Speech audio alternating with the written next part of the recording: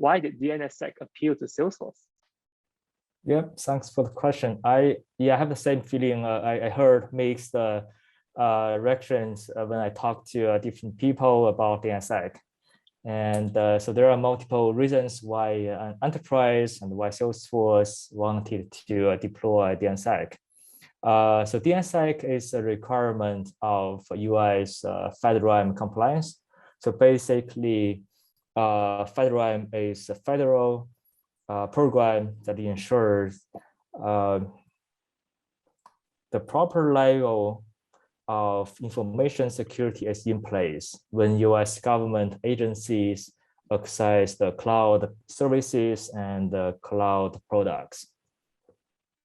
And I believe there are similar regulations about DNSSEC in the other countries.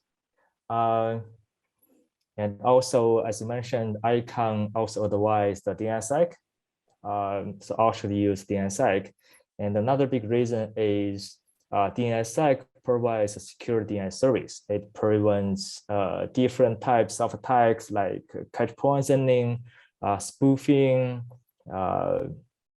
misredirection, and so forth. So having DNSSEC helps increase the trust for the users, so they can verify their DNS responses. So at Salesforce, we decided to deploy DNSSEC. So since deploying, have you been able to see any specific benefits? Yeah. So with DNSSEC deployment, we provide a secure DNS service to our users.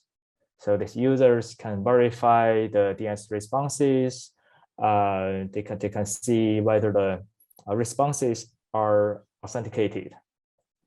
So when they acquire a domain, and by having DNSSEC deployment, it also closed the door to potential DNS attacks, like different types of attacks we just mentioned.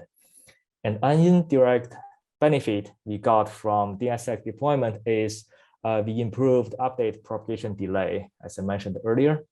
The reason was when we deployed DNSSEC, we migrated some of our zones from some DNS providers and platforms to the other DNS providers that better satisfy our DNS requirements. And by doing this, we improved the update propagation delay a lot.